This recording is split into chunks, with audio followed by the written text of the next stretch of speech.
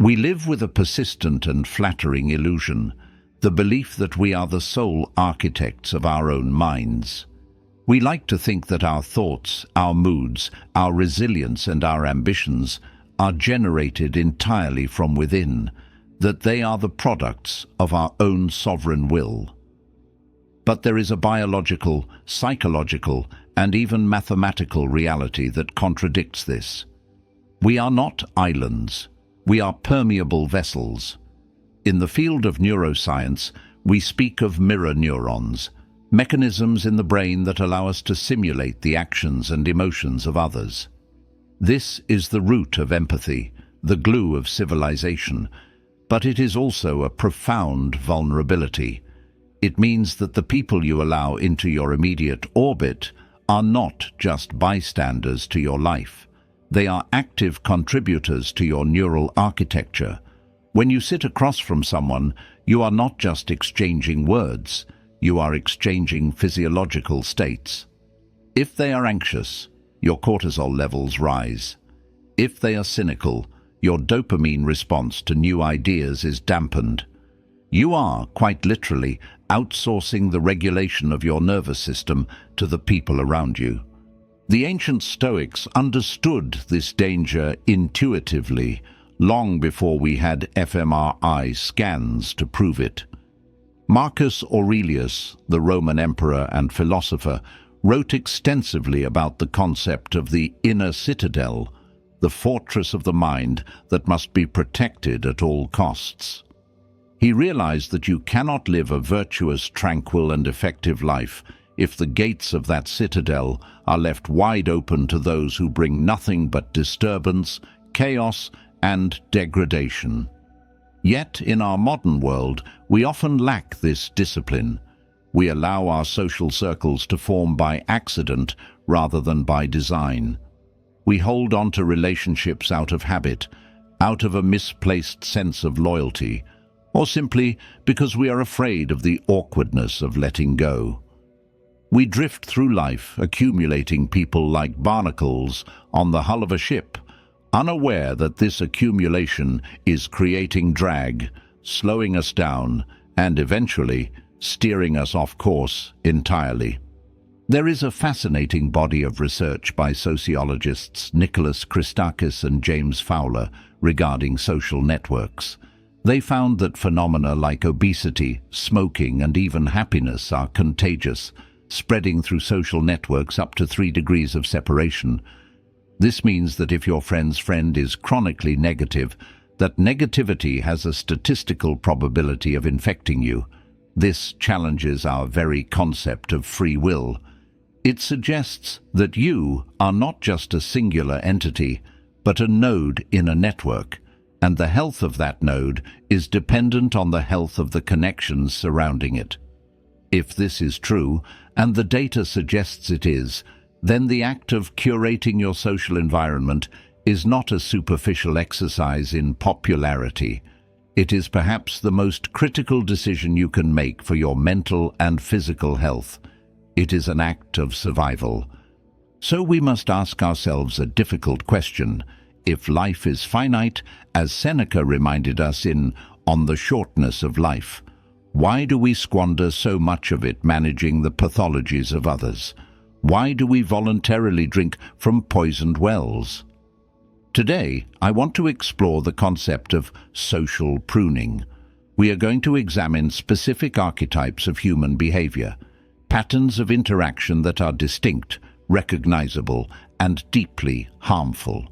These are not necessarily bad people in a moral sense. Many are struggling with their own demons. But they are people whose behavioral patterns are incompatible with your growth, your peace, and your search for meaning. We will look at who they are, how they operate on your psychology, and why, for the sake of your own potential, you must find the courage to distance yourself from them. This is a conversation about reclaiming the sovereignty of your own mind. We must begin our examination of social pruning with a figure that is ubiquitous and deceptively dangerous, the chronic complainer, often colloquially referred to as the energy vampire. It is crucial to draw a sharp line here between a friend in crisis and the archetype we are discussing. True friendship requires us to bear witness to suffering, to offer support during grief or failure. That is the essence of empathy. But the chronic complainer operates on a different frequency entirely.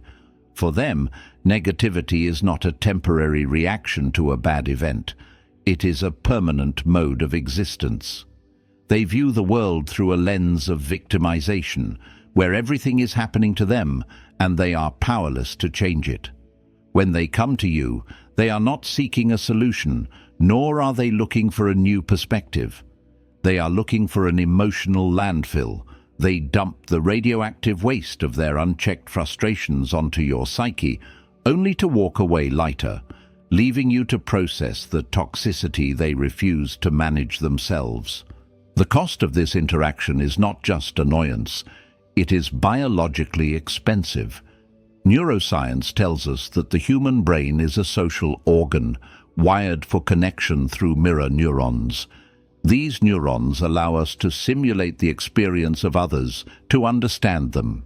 However, when you are constantly exposed to someone who is anxious, angry, or cynical, your brain involuntarily simulates those states. You catch their emotions just as you would catch a virus. Research by Robert Sapolsky and others in stress physiology indicates that second-hand stress triggers the release of cortisol in your own bloodstream. This means that by simply listening to a chronic complainer for an hour, you are bathing your own hippocampus, the center of memory and learning, in neurotoxic chemicals. You are physically degrading your own cognitive hardware and conditioning your amygdala to be more reactive to threats. You are, in a very literal sense, sacrificing your biological peace to sustain their pathology. From a philosophical standpoint, tolerating this dynamic is often a failure of self-respect disguised as kindness. We tell ourselves we are being good people by listening, but the Stoics would argue we are merely lacking the discipline to protect our inner citadel. By allowing someone to repeatedly violate your peace without demanding they take ownership of their life, you are not helping them. You are enabling a cycle of helplessness. You validate the narrative that complaining is a viable strategy for dealing with life rather than taking action. Seneca famously wrote about the value of time, noting that we protect our property with aggression, yet we let others trespass on our time, our life's most finite resource, with ease. Every hour spent circling the drain of redundant negativity is an hour stolen from your own growth, your creativity, or from relationships that are actually reciprocal and nourishing. Ultimately, the most compassionate thing you can do for both yourself and the complainer is to step back. You must realize that you cannot save someone who is committed to their own misery. If their identity is built on being a victim, your attempts to fix their problems will be met with resistance, because a solution threatens their identity. You have to love them from a distance. You have to establish a boundary that says, I care about you, but I cannot be the vessel for your unprocessed emotions. This silence might feel harsh, but it is often the only thing that forces them to confront the reality of their situation. By closing the gate, you preserve your energy for the things you can actually control, and you stop being an accomplice to a life wasted on complaint. As we navigate the social landscape further, we encounter a figure that is perhaps even more insidious than the complainer, because their damage is often inflicted under the guise of protection or being realistic. The dream killer or the inveterate cynic. This is the person who, the moment you articulate a new ambition, a tentative hope, or a vision for a future that is different from your present, immediately seeks to dismantle it. They don't necessarily do this with open hostility. Often it is a subtle, corrosive skepticism. They might say, the market is too saturated, or most businesses fail within the first year, or are you sure you're talented enough for that? On the surface, these sound like pragmatic warnings, but if you listen closely to the frequency of their signal, you realize it isn't grounded in objective analysis. It is grounded in fear. And specifically, it is grounded in their fear, which they are projecting onto the blank canvas of your potential. Psychologically, what is happening here is a defense mechanism best described by the crab bucket theory. If you put a single crab in a bucket, it can easily crawl out. But if you put a group of crabs in, the moment one tries to escape, the others will pull it back down. This isn't because they want to escape too, it's because the collective stays safe in the known misery of the bucket. When you announce an intention to grow, whether it's getting in shape, starting a venture, or changing your philosophy, you are implicitly challenging the status quo of your peer group. Your attempt at elevation acts as a mirror reflecting their own stagnation. If you succeed, it proves that their limitations were self-imposed, that they could have done it too, but chose not to. That is a painful psychological reality to confront. So, to avoid that pain, the dream killer tries to ensure you never leave the bucket. They act as the guardians of mediocrity, convincing you that the walls are unclimbable so that they don't have to face the fact that they never tried to climb. From a neuroscientific perspective, the danger of the dream killer lies in how they hijack your brain's reward system, specifically the dopamine pathways. We often think of dopamine as the chemical of pleasure, but it is actually the chemical of anticipation and motivation. It is the fuel that drives us to pursue long-term goals. When you visualize a goal, your brain releases dopamine to propel you toward it. However, this system is fragile, especially in the early stages of a new endeavor. When a cynic introduces doubt, what we might call a prediction error in the negative direction, it can effectively shut down that dopamine release. By framing the outcome as impossible or painful, they trigger your brain's aversion systems. You start to associate your goal not with the excitement of reward, but with the fear of social humiliation or wasted effort. Over time, if you are surrounded by these voices, you develop learned helplessness. You stop trying not because you lack ability, but because your neural pathways have been conditioned to believe that effort does not lead to outcome. There is a profound historical dimension to this as well. Think of the great innovators who shifted the paradigm of human existence. Almost every single one of them was surrounded by a chorus of voices telling them they were insane, that it couldn't be done. If the Wright brothers had listened to the leading physicists of their time, we wouldn't have flight. The cynic operates from a framework of the past. They rely on historical data to predict the future. But the visionary operates from the framework of the possible. As the philosopher Kierkegaard might suggest, the cynic is trapped in the finite, obsessed with limitations, while the creator is reaching for the infinite. You cannot explore the infinite if you are tethered to someone who is terrified of leaving the finite. This is why silence is often prescribed by the wise when embarking on a new path. You must learn to identify these people and realize that their skepticism is not a verdict on your capability. It is a confession of their own limitations. You have to leave them at base camp, because the view from the summit is reserved for those who were willing to believe in what they couldn't yet see.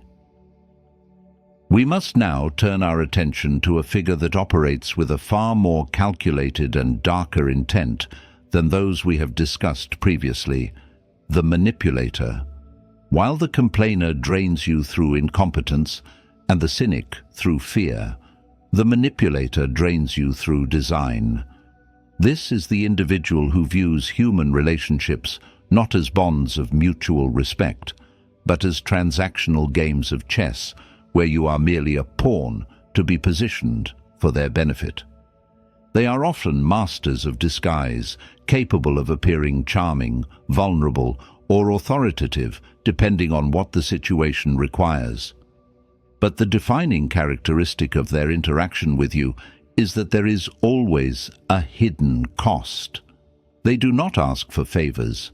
They engineer situations where you feel ethically or emotionally obligated to provide them. They weaponize your own empathy against you, using guilt, obligation, and subtle shaming to erode your boundaries until you find yourself living a life that is servicing their needs rather than your own. The neuroscience behind why we stay in relationships with manipulators is fascinating and disturbing, largely centering on a concept known as intermittent reinforcement. This was observed by the psychologist B.F. Skinner in his famous experiments. If a rat presses a lever and gets a pellet of food every single time, it presses it only when hungry. But if the lever only provides food sometimes, unpredictably, the rat becomes obsessed, pressing the lever incessantly. The manipulator intuitively understands this mechanism. If they were cruel 100% of the time, you would leave immediately. So they aren't. They alternate between moments of intense affection, praise, and love bombing, and moments of coldness, criticism, or withdrawal. This unpredictability hacks your brain's dopamine system. You become chemically addicted to the high of their approval because it is so scarce and unpredictable. You find yourself walking on eggshells, constantly modulating your behavior to try and trigger that positive response again. It is a cycle that can break even the strongest will because it bypasses your logic and targets your primal reward circuitry. Furthermore, the manipulator often employs a psychological tactic known as gaslighting, which is a direct assault on your perception of reality. When you attempt to confront them about their behavior or hold them accountable, they will deny the event occurred, insist you are too sensitive, or twist the narrative so that you end up apologizing for their transgression. This induces a state of cognitive dissonance, a mental conflict where your reality clashes with the version they are imposing on you. Over time, this erodes your trust in your own judgment. You stop believing your own eyes and ears. You become reliant on them to interpret reality for you. This is the ultimate loss of sovereignty. As the philosopher Hannah Arendt noted, the ideal subject of totalitarian rule is not the convinced Nazi or the convinced communist, but people for whom the distinction between fact and fiction no longer exists. On a personal level, the manipulator seeks to establish a totalitarian regime over your mind, where their version of the truth is the only one that matters. From an ethical standpoint, the manipulator violates the fundamental categorical imperative proposed by Immanuel Kant, that we must treat humanity, whether in ourselves or in others, always as an end in itself, and never merely as a means to an end. To the manipulator, you are a means. You are a tool, a resource, an extension of their ego. They are incapable of seeing you as a separate, autonomous being with your own desires and rights. This objectification is spiritually corrosive. You cannot have a genuine connection with someone who does not see you as a person, but as a utility. To reclaim your life, you must recognize that this dynamic is not complicated love or friendship with ups and downs. It is exploitation. The only way to win the game against a manipulator is to refuse to play. You must cut the cord, not just for your peace of mind, but to restore your faith in your own perception of the world. You must return to a reality where a no is a no, where truth is objective, and where kindness is given freely, not as a down payment for future servitude. We move now to a quieter yet deeply destructive presence in your life, often revealed not by what they say, but by their silence. The envious, or the person who simply refuses to clap when you win. This archetype is particularly painful because they often masquerade as close friends or supporters until the moment of your elevation. When you share a failure, they are right there with comfort because your failure feels safe to them. It reinforces the stability of the hierarchy. But when you succeed, when you get the promotion, lose the weight or find the partner, their reaction is a masterclass in microaggression. You might see a flash of disappointment in their eyes before the forced smile appears, or they might immediately pivot the conversation to someone else who did it better, or perhaps they offer a backhanded compliment like, "You're so lucky," subtly attributing your hard work to chance. This behavior is not just rude, it is a signal that they view your ascent as their decline. To understand this, we have to look at the evolutionary psychology of status. For millions of years, humans lived in small tribes where resources were finite. If you got the best piece of meat or the highest mate value, it mathematically meant less for me. We evolved with a zero-sum bias deeply hardwired into our amygdala. For the envious person, this primitive circuitry is overactive. They cannot conceptualize success as a non-rivalrous good. They cannot see that your light does not dim their own. Instead, they suffer from what sociologists call relative deprivation. It doesn't matter how well they are doing objectively. If you are doing better, they feel a stinging sense of loss. Neuroscience studies using fMRI have actually shown that when an envious person witnesses the success of a peer, the anterior cingulate cortex, the region of the brain associated with physical pain, lights up. Your joy is literally hurting them. And because humans are motivated to avoid pain, they will unconsciously or consciously try to sabotage your success or minimize your achievements to stop that neural firing. The philosophical danger of keeping the envious in your inner circle is that they force you to engage in self-diminishment. To maintain the relationship and avoid triggering their insecurity, you start to hide your wins. You downplay your ambition. You speak in self-deprecating terms. Over time, this becomes a habit, and then it becomes a personality trait. You internalize the idea that shining too bright is dangerous. This is often referred to in Australian culture as tall poppy syndrome, the cultural impulse to cut down the flower that grows higher than the rest. By surrounding yourself with people who hold the shears, you are agreeing to stunt your own growth. Nietzsche wrote extensively about this in his concept of ressentiment. He described a toxic form of resentment where the weak detest the strong, not because the strong are evil, but because the strong remind them of their own inadequacy. The envious person does not want to rise to your level. They want to drag you down to theirs, so the contrast is no longer painful to look at. In contrast, you need to seek out people who are capable of what the Buddhists call mudita, or sympathetic joy, the ability to feel unadulterated happiness for the success of others. This is a higher-order cognitive function. It requires a person to have transcended their primitive scarcity mindset and to have a secure sense of self-worth that is not dependent on external ranking.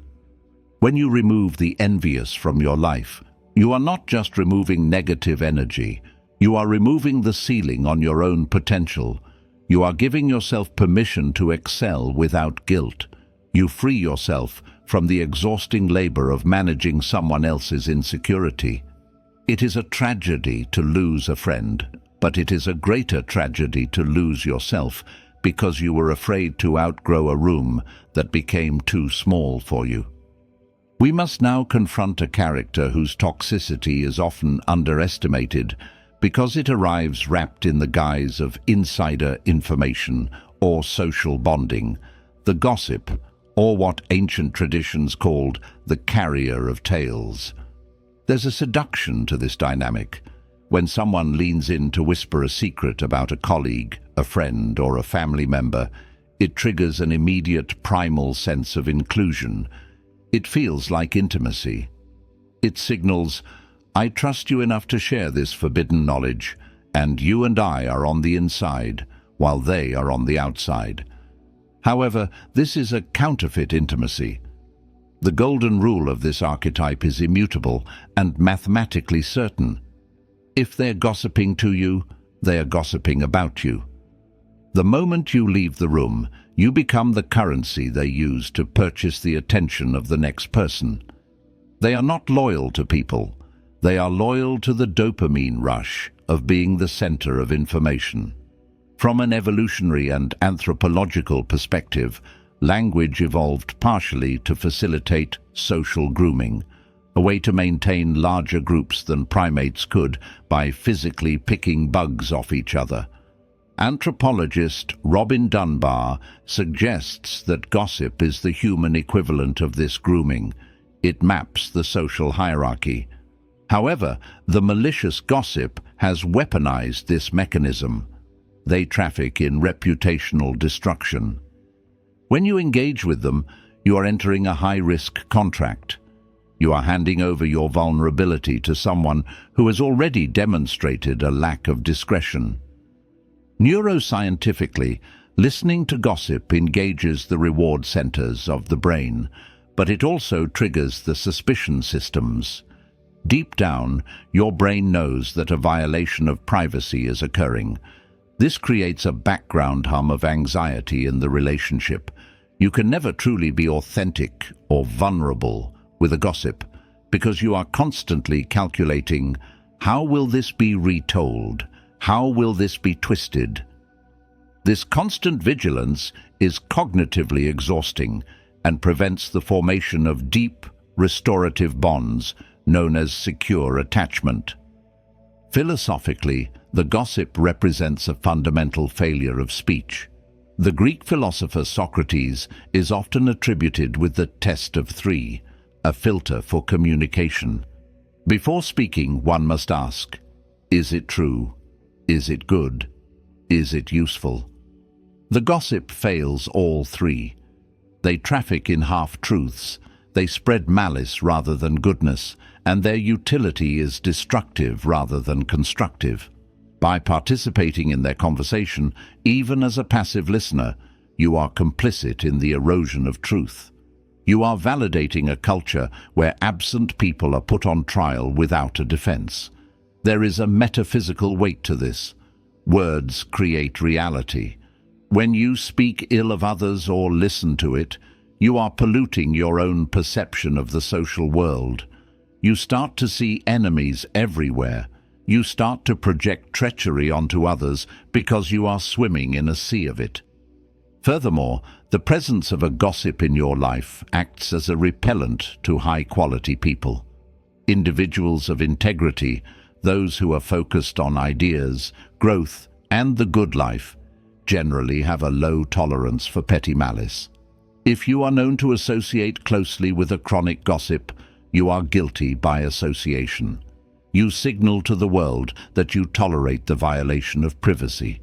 To curate a life of meaningful connection, you must excise the carrier of tales. You must cultivate a reputation as a dead end for rumors, a place where secrets go to die, not to be distributed.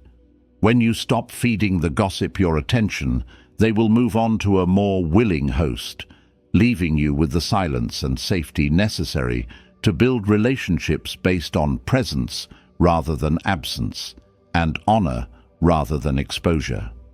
We now arrive at a character who teaches us a harsh lesson about the physics of human connection, specifically regarding the law of reciprocity. The opportunist, often recognized as the fair weather friend. This is the individual whose presence in your life is entirely conditional on your utility to them. They possess a radar for your resources, whether that resource is your money, your social status, your professional network, or simply your time. And they appear with remarkable timing whenever they have a deficit they need you to fill.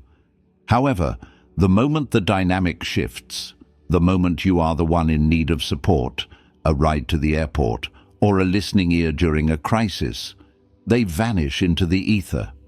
They are the ghosts of your social circle, present for the feast, but absent for the cleanup. The tragedy of this relationship is its profound asymmetry. You view them through the lens of friendship, a bond based on mutual care, while they view you through the lens of extraction, a bond based on what can be harvested. From an evolutionary biology perspective, this behavior triggers a very specific alarm system in the human brain. Evolutionary biologist Robert Trivers developed the theory of reciprocal altruism, which suggests that cooperation among non-kin evolved because it conferred a survival advantage, provided that favors were returned. To protect against exploitation, humans evolved what evolutionary psychologists call a cheater detection module. When you interact with an opportunist, this module is constantly flashing red. Your brain intuitively understands that the social contract is being violated. This creates a subtle but persistent cognitive load. You find yourself keeping a mental ledger, tallying the times you gave versus the times you received, and the math never balances. This state of constant calculation prevents you from ever entering a state of flow or relaxation with the person. You are not in a relationship. You are in a bad business deal that you haven't figured out how to exit yet. Philosophically, this archetype draws us back to Aristotle's Nicomachean Ethics. Aristotle categorized friendship into three distinct types: friendships of utility, friendships of pleasure, and friendships of virtue. The opportunist creates a parasitic form of the friendship of utility. In a healthy utility friendship, like with a business partner, the exchange is transparent and mutually beneficial. But the opportunist disguises their utility seeking as a friendship of virtue, a deep soul connection. This deception is what causes the psychological damage. It makes you feel interchangeable. When they discard you because you are no longer useful, you are forced to confront the painful reality that they never saw you. They only saw the function you performed. It dehumanizes you, reducing your complex, beautiful existence to the status of a tool, like a hammer or a ladder, to be put back in the shed once the job is done. The reason we often struggle to cut these people off lies in the sunk cost fallacy. We look at the years we have known them, or the amount of energy we have already invested, and we convince ourselves that walking away would be a waste. We hope that if we just give a little more, they will finally reciprocate. But this is a gambler's delusion. The opportunist does not change because their strategy works for them. It maximizes their gain while minimizing their effort. By keeping them in your life, you are occupying space that could be filled by a friend of virtue, someone who loves you for your character rather than your assets. You must learn to value your own generosity enough not to cast it into a void. Closing the door on an opportunist is not an act of malice. It is an act of self-respect, a declaration that your kindness is a gift to be shared, not a tax to be collected. We now turn to a figure whose influence is often the most corrosive to your self-esteem, because they frequently disguise their hostility as help or brutal honesty. The constant critic, the person for whom nothing is ever quite right. Unlike the cynic who doubts the future, the constant critic dissects the present. They pick apart your appearance, your manner of speaking, your choice of partner, or your career path with surgical precision. They often preface their commentary with phrases like, "I'm just telling you this for your own good," or "I'm the only one who will be honest with you." But if you examine the data of your interactions, you will find a distinct lack of balance. There is no praise to balance the critique. There is only a relentless focus on the flaw. They operate under a microscope of negativity, zooming in on the 1% that is wrong while ignoring the 99% that is right. This is not mentorship. It is a pathology of control. From a neuroscientific perspective, living with a constant critic is akin to living in a war zone. The human brain processes social rejection and criticism in the same neural regions that process physical pain, specifically the dorsal anterior cingulate cortex. When someone constantly criticizes you, they are effectively inflicting microdoses of physical pain on you repeatedly. This keeps your amygdala, the brain's threat detection center, in a state of chronic hyperarousal. You are constantly waiting for the next blow. This state of walking on eggshells is biologically unsustainable.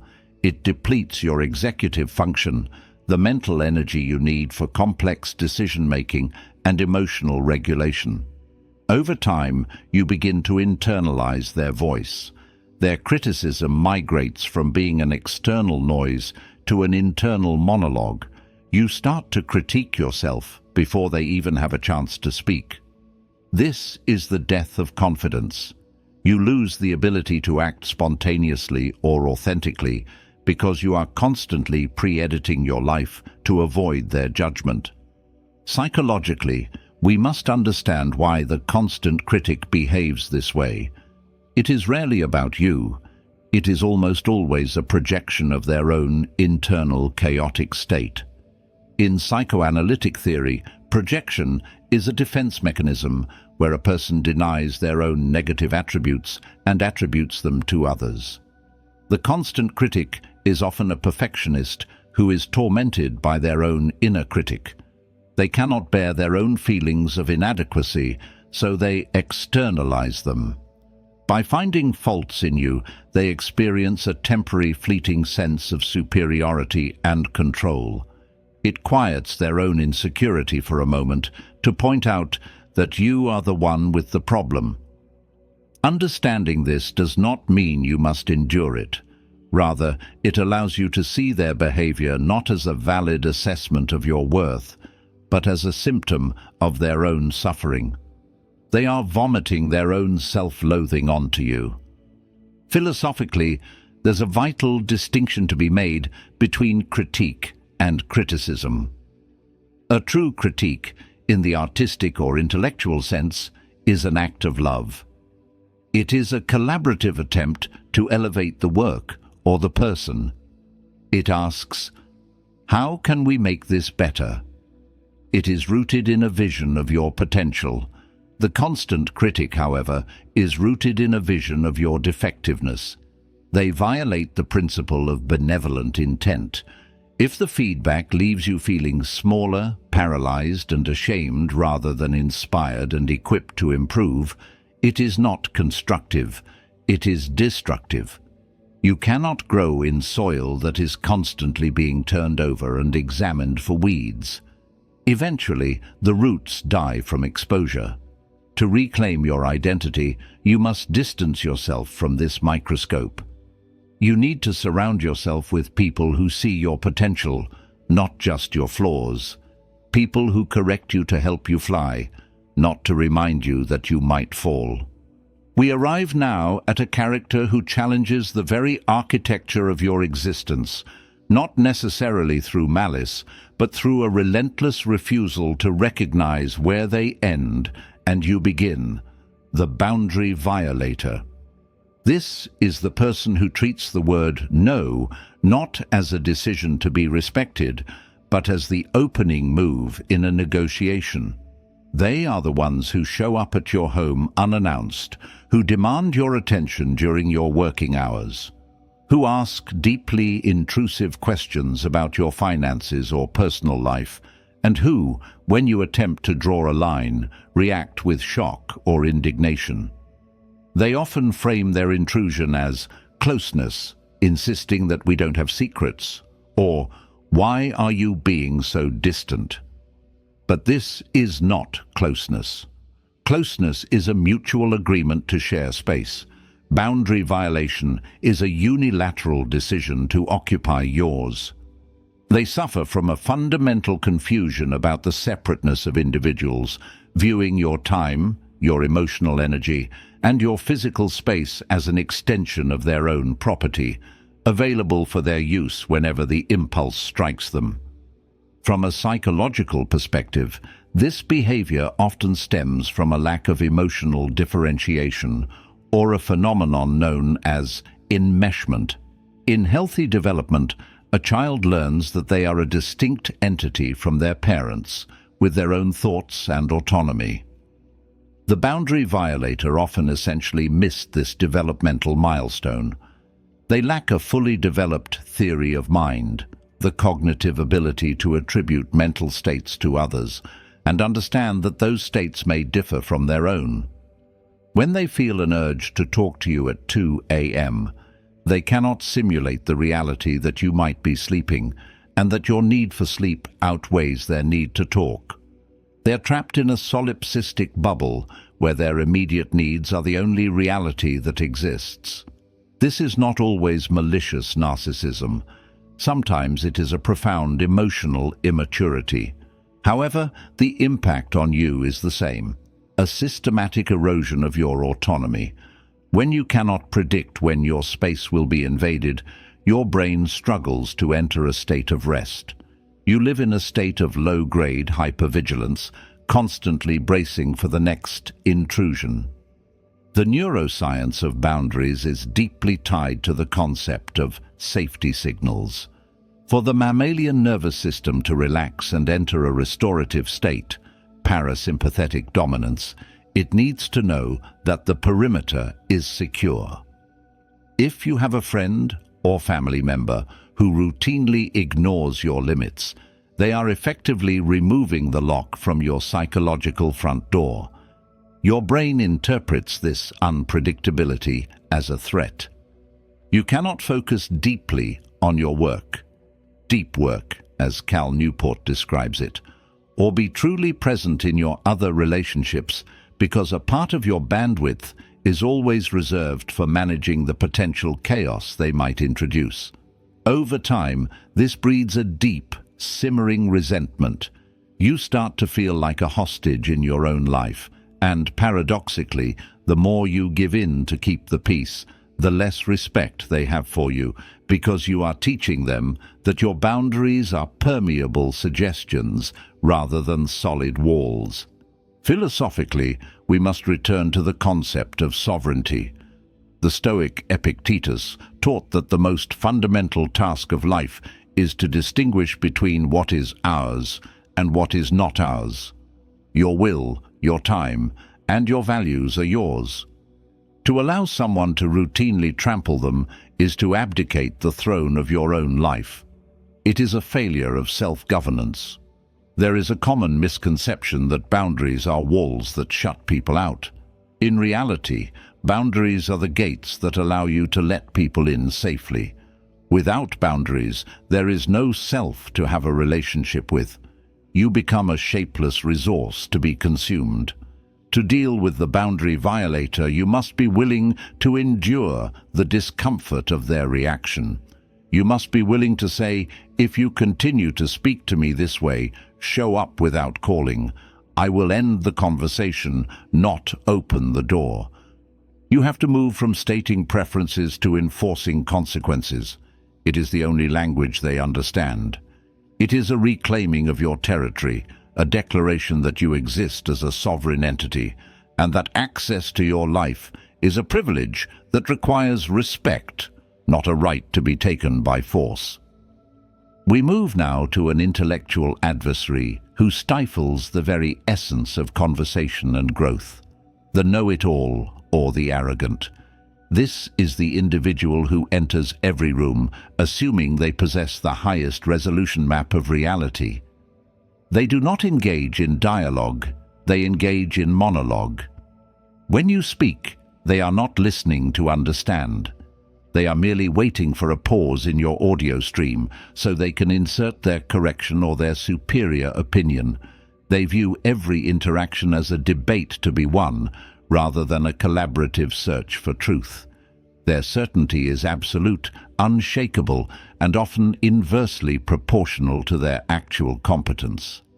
Dealing with them is not just frustrating, it is intellectually suffocating. You find that your own curiosity is dampened because every question you ask is met with a lecture rather than an exploration. They suck the oxygen out of the room, leaving no space for nuance, for "I don't know," or for the vulnerability that is required for actual learning.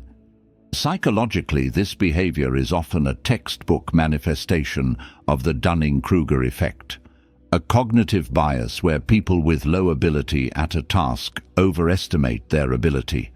But beyond that, it is a defense mechanism against the chaos of the world. Uncertainty is terrifying to the human brain. The brain is essentially a prediction machine, constantly trying to anticipate what happens next to ensure survival. Admitting ignorance, saying, "I don't know," signals a gap in our predictive model, which can trigger anxiety. The know-it-all has developed a maladaptive strategy to cope with this anxiety. They hallucinate certainty. They build a fortress of dogmatism to protect a fragile ego that cannot handle the possibility of being wrong. To them, being corrected isn't just an update to their data. It feels like an existential threat, a small death of the self. This is why they defend their positions with such disproportionate aggression. They are fighting for their psychological survival. From a neuroscientific perspective, the arrogant individual is suffering from a lack of neuroplasticity. Learning requires the physical remodeling of neural connections, the strengthening of some pathways, and the pruning of others. This process is triggered by prediction errors, or the realization that our internal model does not match external reality. The know-it-all has effectively disabled this feedback loop by filtering out any information that contradicts their pre-existing beliefs, confirmation bias. They deny their brain the signal it needs to rewire itself. They are in a state of cognitive stagnation. If you surround yourself with such people, you risk catching this rigidity. We rely on our peers to challenge us, to point out our blind spots. If your circle consists of people who think they have finished learning, you will stop growing by osmosis. You will find yourself retreating into silence simply to avoid the exhaustion of the conflict, and that silence is the grave of your own intellectual vitality. Philosophically, this archetype stands in direct opposition to the foundational principle of wisdom. The Stoic Epictetus gave us one of the most profound warnings in the history of thought. It is impossible for a man to learn what he thinks he already knows. The prerequisite for wisdom is humility, the empty cup. Socrates was considered the wisest man in Athens, not because he knew everything, but because he was the only one brave enough to admit he knew nothing.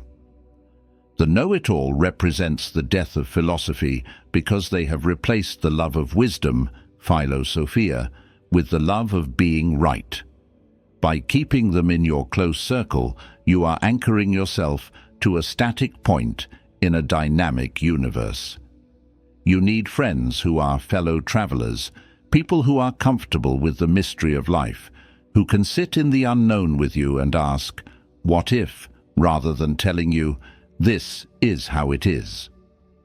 To live a life of continuous expansion, you must distance yourself from those who have voluntarily cemented their minds shut. Finally, we encounter a figure whose influence is perhaps the most subtle because it is wrapped in the warm blanket of nostalgia and shared history, the stuck in the past or the keeper of the old version. This is the childhood friend, the family member, or the old colleague who refuses to acknowledge the person you have become today. Instead, they interact exclusively with a version of you that ceased to exist years ago. They are the ones who constantly bring up your past mistakes, your old nicknames, your phases of immaturity, or your previous limitations. If you have worked hard to become disciplined, they joke about how lazy you used to be. If you have adopted a new philosophy of calm, they try to provoke the old anger. They act as the museum curators of your history, insisting that the exhibit remains frozen in time. They are uncomfortable with your evolution because your change forces them to update their internal model of the world, a task that requires cognitive effort they are unwilling to expend. From a neuroscientific perspective, this archetype presents a massive obstacle to what we call neuroplasticity, the brain's ability to rewire itself. The brain works largely on associative memory. It links specific environments and specific people to specific behaviors. This is why a recovering alcoholic is advised never to visit their old bar. The environment itself contains cues that trigger the old neural pathways of addiction. The stuck-in-the-past person is a walking, talking environmental cue for your old habits. When you are around them, your brain involuntarily retrieves the neural maps you used to navigate your relationship with them. You find yourself slipping back into old patterns of speech, old insecurities, and old defense mechanisms. You might feel like you are regressing or acting like a teenager again. This isn't a lack of willpower. It is a physiological response to a powerful associative trigger. If you are trying to build a new self, surrounding yourself with people who only recognize the old self creates a state of cognitive dissonance that burns energy and slows down your metamorphosis. Philosophically, this brings us to the ancient Greek concept of the flux proposed by Heraclitus, who famously said, "No man ever steps in the same river twice, for it's not the same river, and he's not the same man." The stuck-in-the-past individual denies this fundamental reality of existence. They want the river to be frozen. They are committing an error of category. They view you as a static object, like a stone, rather than a dynamic process, like a fire. By insisting on interacting with who you were, they are essentially ignoring who you are. This is a form of invisibility. To be seen is to be recognized in your current state. When someone refuses to see your growth, they are invalidating your labor. They are telling you that your efforts to improve, to learn, and to transcend your past are irrelevant to them. They prefer the comfort of a predictable caricature over the complexity of a living, breathing, changing human being. The danger here is that we often conform to the expectations of those around us, a phenomenon known as the Pygmalion effect. If people expect us to be better, we often rise to the occasion. But the inverse is also true, the Golem effect. If those closest to you expect you to be the same flawed, limited person you were 10 years ago, you will unconsciously lower your performance to meet that expectation. You will dim your light to avoid confusing them. To live a full life, you need witnesses to your future, not just archivists of your past. You need friends who are excited by your potential, not comforted by your history. Sometimes you simply outgrow people. It is not an act of betrayal to leave them behind. It is an act of loyalty to the person you are fighting so hard to become.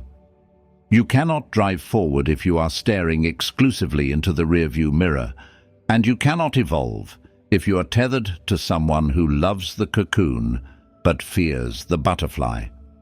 As we reach the end of this taxonomy of disconnection, I am acutely aware that what we have discussed today is one of the most difficult undertakings in the human experience. To identify these archetypes is an intellectual exercise. To actually remove them from your life is a deeply emotional, visceral act. It often feels like a violation of our social instincts. We are evolutionary creatures designed for tribe, for cohesion, and for loyalty.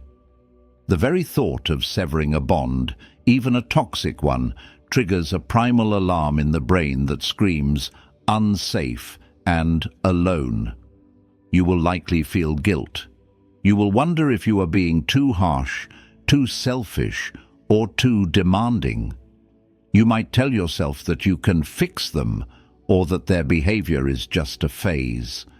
But I want to leave you with a reframing of this guilt, one that shifts the perspective from cruelty to preservation.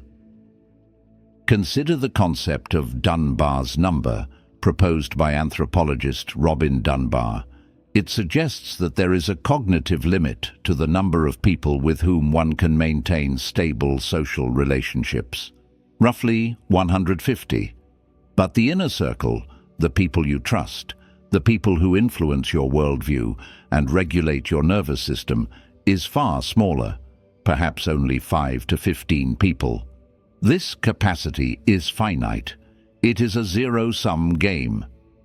Every seat at your table that is occupied by a cynic, a manipulator, or an energy vampire is a seat that is not occupied by a mentor, a true friend, or a source of inspiration.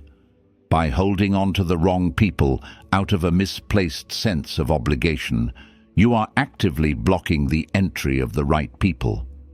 You are creating a traffic jam in your social life where the vehicles of your growth cannot get through because the road is blocked by the wreckage of your past. We must also confront the fear of solitude that often drives us to tolerate these behaviors. We stay in bad company because we are terrified of the silence that comes when they leave. But we must distinguish between loneliness and solitude. Loneliness is the pain of being alone. Solitude is the glory of being alone. Solitude is the laboratory of the self.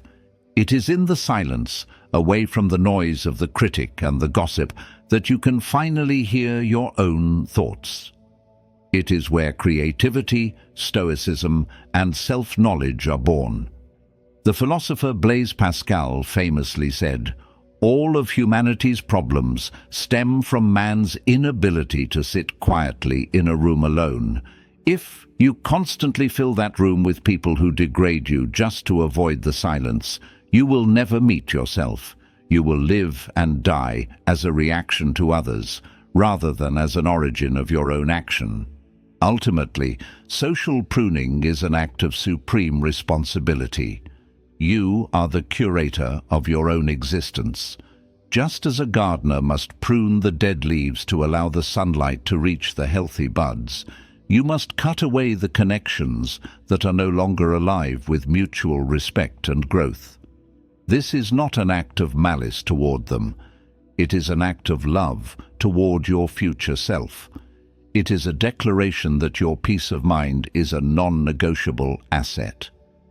The people you surround yourself with are the single biggest variable in the equation of your life. If you want the output of that equation to be happiness, meaning, and tranquility, you must have the courage to fix the inputs. Walk away from the drama. Walk away from the cynicism. Walk away from the people who need you to be small so they can feel big. And in the space they leave behind, you will find something far more valuable than their approval. You will find your freedom.